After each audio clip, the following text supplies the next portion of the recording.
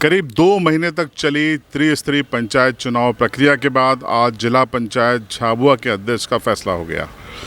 14 ward थे कुल मिलाकर, उसमें से 6 वार्डों पर बीजेपी जीती थी, 6 वार्डों पर कांग्रेस जीती थी, एक पर कांग्रेस के बागी थे अकमाल मालू, तो एक पर जेएस की रेखा निनामा जीती थी।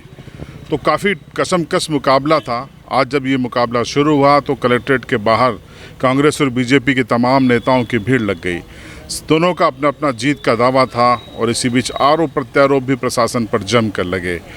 लेकिन जब नतीजा आया तो 8 के मुकाबले 6 वोटों से कांग्रेस की सोनल जसवंत सिंह भाबर, जो कि पूर्व थांदला विधायक स्वर्गीय रतन सिंह भाबर की बहू हैं, वो चुनाव जीत गई। और इतना ही नहीं, उपाध्यक्ष पद भी कांग्रेस के खाते में गया। कांग्रेस के बागी माने जाने वाले अकमाल मालू कांग्रेस खेमे से उपाध्यक्ष बना दिए गए। जाहिर सी बात है कि यहाँ पर जेएस की रेखा निनामा और अकमाल मालू, जो कि कांग्रेस के बागी थे, उन्होंने कांग्रेस को वोट किया और वही परिणाम रहा कि 8 के मुकाबले 8-6 से ये कांग्रेस सीट को जीत गई। इस जीत को लेकर कांग्रेस बेहद उत्साहित है, क्योंकि जिले की 4 जनपद कांग्रेस हार चुकी थी, अलीराजपुर की 5 जनपदें हार चुकी थी और जिला पंचायत अलीराजपुर भी बीजेपी के खाते में गई। ऐसे में झाबुआ की जीत ऊर्जा और ताकत देने वाली थी, लिहाजा कांतिलाल भूरिया भी कलेक्ट्रेट पहुंच गए और इस जीत पर क्या कहा, पहले ये सुनिए। सबसे पहले मैं मतदाता भाइयों को बहुत बहुत धन्यवाद देता हूं। उन्होंने कांग्रेस के ऊपर विश्वास किया और हमारे सदस्यों को जिता के भेजा। और सदस्यों ने जो आज फैसला किया है कि ये झाबुआ सीट परंपरागत कांग्रेस की है। शुरू से लेकर कलावती अध्यक्ष थी, तब लगातार 2 बार रही। उसके बाद ये चुनाव हुआ, फिर भी हमारी कांग्रेस के उम्मीदवार ही शानदार वोटों से जीता है। इसलिए पूरी तरह से हम लोग विश्वास था हमको कि यहाँ पर कांग्रेस का ही झंडा फहरेगा जिला पंचायत के ऊपर और कांग्रेस का झंडा फहरा के ही रहे। तो ये सब कार्यकर्ताओं की और हमारे मतदाता भाइयों की सबकी जीत है। तो आपने कांतिलाल भूरिया के चेहरे की खुशी और खुशी में कहे हुए उनके बयान को सुना। अब सभी का ध्यान रेखा निनामा की ओर था।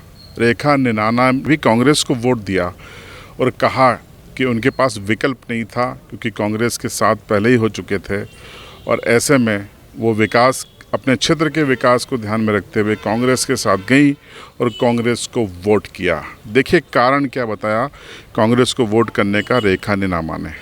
सर, मैं अध्यक्ष के लिए प्रबल दावेदार थी जेएस की तरफ से, लेकिन मुझे अंदर की स्थिति ये थी कि मुझे एक समर्थक और प्रस्तावक नहीं मिला और कांग्रेस के पास ऑलरेडी 7 लोग, मतलब उनके पास बहुमत था। तो फिर मैंने विकास को लेकर उनका समर्थन किया।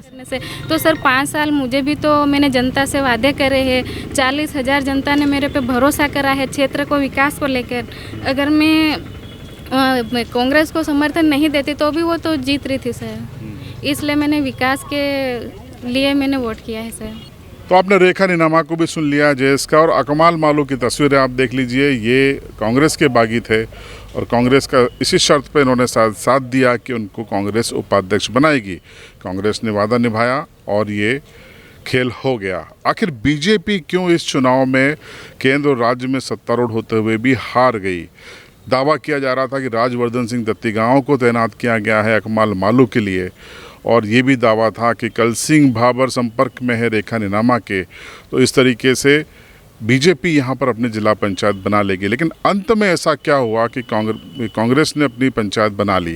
बीजेपी के अंदर खाने के सूत्र बताते हैं कि अंतिम दौर में उम्मीदवार का नाम अध्यक्ष पद के लिए बदलने से शायद बीजेपी पीछे रह गई, कहीं ना कहीं चूक हो गई, या फिर बीजेपी के रणनीतिकारों ने कांग्रेस की तैयारी और रणनीति को कम आका हल्के में लिया और मुगालते में रहे, और यही मुगालता हार की वजह बन गया। बहरहाल बीजेपी की ओर से कोई भी प्रतिक्रिया देने को तैयार नहीं था, क्योंकि बीजेपी के तमाम नेता अध्यक्ष का परिणाम आते ही कलेक्ट्रेट से रवाना हो गए, इसलिए उनकी प्रतिक्रिया नहीं है। लेकिन इस पूरे घटनाक्रम पर आपकी क्या प्रतिक्रिया है, कमेंट बॉक्स आपके लिए है, ज़रूर बताएं। चैनल पर अगर आप नए हों तो सब्सक्राइब ज़रूर करें और बेल आइकन दबाएं।